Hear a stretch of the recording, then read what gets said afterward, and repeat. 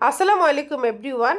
এখন silver cup মাছের দো পেঁয়াজা করতেছি একটু বিয়ে বাড়ির স্টাইলে। প্রথমে দিয়েছি হাফ চামচ হলুদ, হাফ চামচ গুঁড়ামরিচ, হাফ চামচ ধনিয়া, হাফ চামচ জিরা, স্বাদ মতো লবণ। ভালোভাবে ম্যারিনেট করে নিচ্ছি। অন্যদিকে কড়াইতে তেল দিয়েছি, তেলটা গরম হয়ে গিয়েছে। এখন মাছগুলি দিয়ে দিচ্ছি। এপিট উপিট করে মাছটা একটু শ্যালো ফ্রাই করে নিচ্ছি। ফ্রাই করলে খেতে খুবই সুস্বাদু হয়।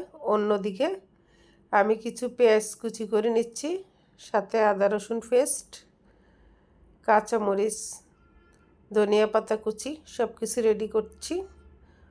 আর মাছটাও আমার ফ্রাই হয়ে গিয়েছে।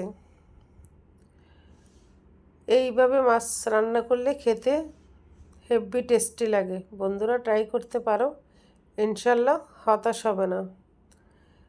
মাছগুলি উঠিয়ে নিয়েছি। সেম তেলের মধ্যে আমি এখন দিয়ে দিচ্ছি পেঁয়াজ কুচি।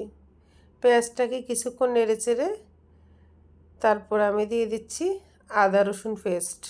আদা রসুন পেস্ট সবগুলি দিব না, চায়ের চামচে আমার ঠিক যতটুকু লাগবে ততটুকু দিব, কারণ মাছের মধ্যে আদা রসুন খুব বেশি যায় না, আবার একটু দিলে অনেক ভালো ফ্লেভার আসে।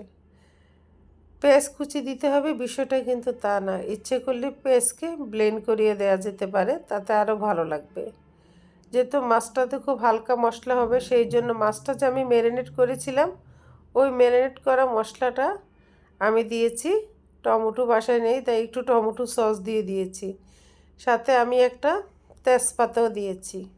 এতে করি ফ্লেভারটা একটু অন্যরকম হবে। মাছগুলি দিয়ে দিচ্ছি, একদম চুলার হালকা আছে মাছটাকে রান্না করব। 3-4টা কাঁচামরিচ আমি জাস্ট ভেঙে ভেঙে দিয়ে দিয়েছি। এটা আমি বটিতে ফালি করি নাই, তাইলে জালটা বেশি হয়ে যায়। আমি ঝাল বেশি খেতে পারি না, আমার কাছে কোনো সময়ই অনেক বেশি ঝাল অতিরিক্ত পছন্দ না। সাথে দিয়ে দিয়েছি ধনিয়া পাতা কুচি, সুন্দর একটা অ্যারোমা বের হবে।